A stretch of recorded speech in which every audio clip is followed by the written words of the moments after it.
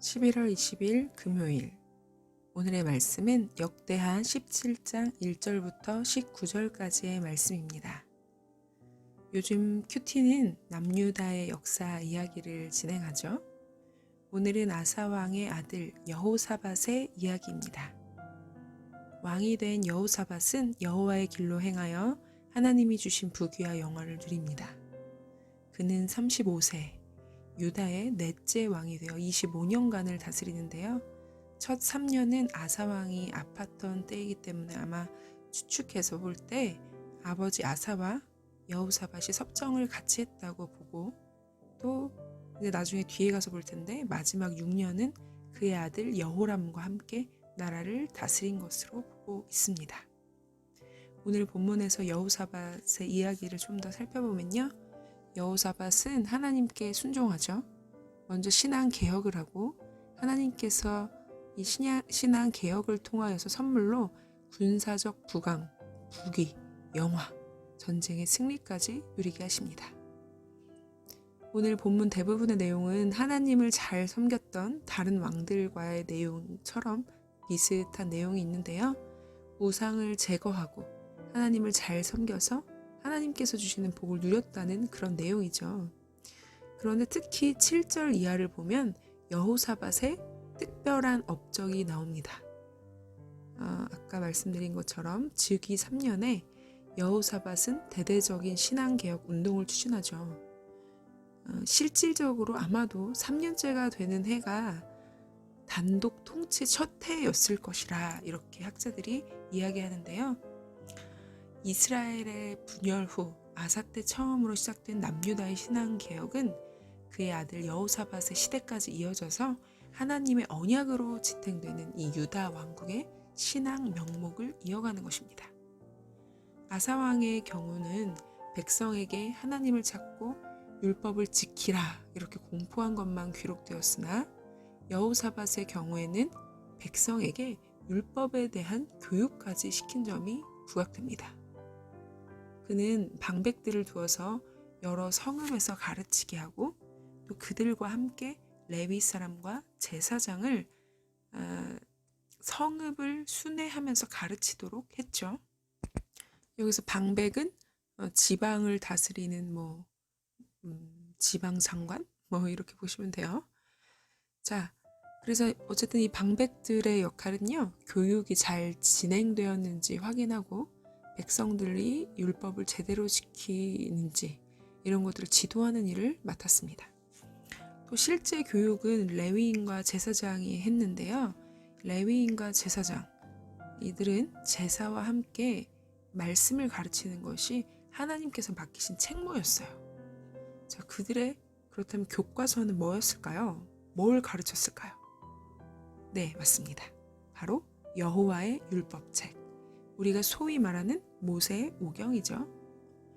여호사밧의 교육 정책은 우리가 예전에 읽었었는데 이전에 북이스라엘의 여로보암, 이 여로보암 왕과의 교육 정책과 대조돼요. 자, 여러분 기억나시나요? 여로보암 어떻게 했죠? 예, 제사장을 해임했어요. 그래서 하나님이 맡긴 임무를 수행하지 못하게 했는데요. 여로보암은 그 일 때문에 제사장을 비롯해서 백성들에게 영적 손실 그리고 해악을 끼쳤잖아요. 근데 반대로 여호사밧은 아사처럼 백성들로 하나님을 찾게 하고 하나님의 명령을 준행하도록 북돋습니다. 그래서 백성은 5절에 보니 그에게 선물을 드리며 존경을 표합니다. 자기 자신만 아니라 백성을 위해 실천한 신앙 정책은 그가 다윗의 길 그리고 여호와의 길로 행하며 또 이스라엘의 행위를 따르지 않았음을 확인하는 것이죠. 자, 여기서 이제 앞으로 보면 다윗의 길로 갔다라는 표현이 자주 나올 텐데요. 이것은 다윗처럼 하나님께 순종하며 나아갔다는 얘기죠. 자, 아무튼 이제 유다 나라는 부강해집니다. 하나님은 군사를 보충시켜 주시고 또 다른 열방이 유다를 두려워하게 만들어요. 14절부터 19절까지 나오는 여호사밧의 군대 규모, 이것은 왕국의 부강함과 하나님의 축복을 잘 드러냅니다. 여기에서 살짝 아버지랑 비교하면 아사 왕의 군대보다 여호사밧의 군대가 2배나 많아져요. 그래서 116만 명이 이루어집니다. 나라가 점점 부강해지죠. 자, 그런데 오늘 말씀을 통해 우리가 살펴볼 수 있는 점이 정말 많지만 우리는 무엇보다도 여호사밧의 리더십을 본받아야 할 것 같아요. 어떠한 리더십이냐? 바로 여호사밧이 백성들에게 율법을 가르쳐서 하나님을 경외하게 만든 것이죠. 리더자의 책무를 다한 것이에요. 우리도 마찬가지죠. 우리도 하나님의 말씀을 잘 배우면 더 나아가 주위의 사람들, 특히 우리 자녀들에게도 말씀을 가르치는 것에 더욱 힘써야 할 것입니다. 왕은 하나님의 말씀을 가르치기 위해서 특별히 누구를 활용했느냐? 준비된 전문가를 활용했죠. 현재를 살고 있는 우리에게도 전문적인 성경 교사가 필요해요. 누가 전문적인 성경 교사가 되어줄까요?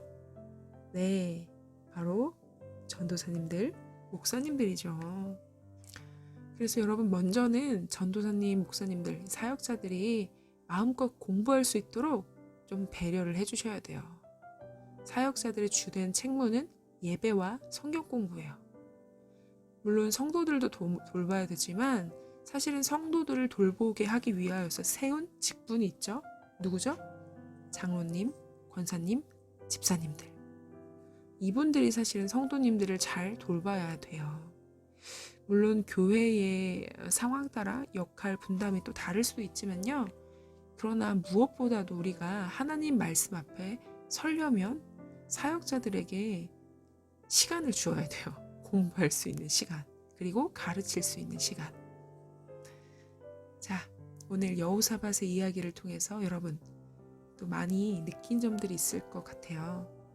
저는 이제 큐티를 하면 여러분 사실 이 전체적으로 내용을 이렇게 알려드리고 또 추가적으로 이해하지 못할 것 같은 그런 부분들을 해설할 뿐이지 실제적으로 사실 여러분이 이 큐티만 듣고 끝내시면 안 돼요. 여러분들이 직접 말씀을 읽고 통찰을 하셔야 하나님께서 주시는 그 마음을 깨달아야 진짜 묵상을 하는 거예요. 성령님의 도우심으로 나에게 주시는 말씀을 알아야 된다는 거죠. 그래서 오늘부터 미션을 좀 드립니다. 여러분께서 말씀을 통해 누린 점을 댓글로 좀 달아주세요. 그래서 여러분 댓글로 달라는 건요. 내가 이렇게 느낀 것, 이것을 다른 분들과 공유하면서 더욱 풍성한 큐티 나눔을 위해서 하는 거예요. 뭐 댓글 다는 게 창피하시거나 하면요. 가족이나 친구 혹은 주위 사람들에게 함께 이 말씀을 나누셨으면 좋겠어요. 뭐 특별하게 제가 공부하는 것처럼 요구하지는 않을게요. 그냥 저는 뭐 이게 마음에 와닿았습니다. 이 말씀이 마음에 와닿았습니다. 이것만 하셔도 좋을 것 같아요. 해보실 수 있으시겠죠? 기대하겠습니다. 자, 이제 오늘 마무리 기도하겠습니다. 역사의 주관자 되시는 하나님, 오늘은 여호사밧을 보았습니다. 하나님을 경외하여 하나님의 길, 다윗의 길로 갔던 여호사밧. 자신의 아버지처럼 하나님을 잘 경외하였던 여호사밧은 무엇보다 하나님의 뜻대로 살고자 한 사람이었습니다. 특별히 말씀을 잘 가르치고 백성들이 하나님과 함께하는 것을 강조하였던 왕이었습니다. 하나님, 우리도 먼저 하나님의 말씀 앞에 설 수 있도록 도와주십시오.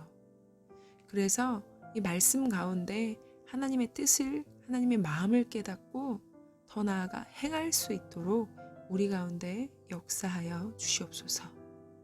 또 우리만 이 말씀을 누리는 것 아니라 우리 주위, 특별히 우리 자녀와 함께 이 말씀을 나눌 수 있도록, 또 말씀을 잘 알 수 있도록 권면하고, 또 말씀 안에서 하나 되는 귀한 일도 일어날 수 있도록 인도하여 주시옵소서. 오늘도 우리 안에서 일하실 성령님 기대합니다. 역사하여 주시옵소서. 예수님의 이름으로 기도드립니다. 아멘.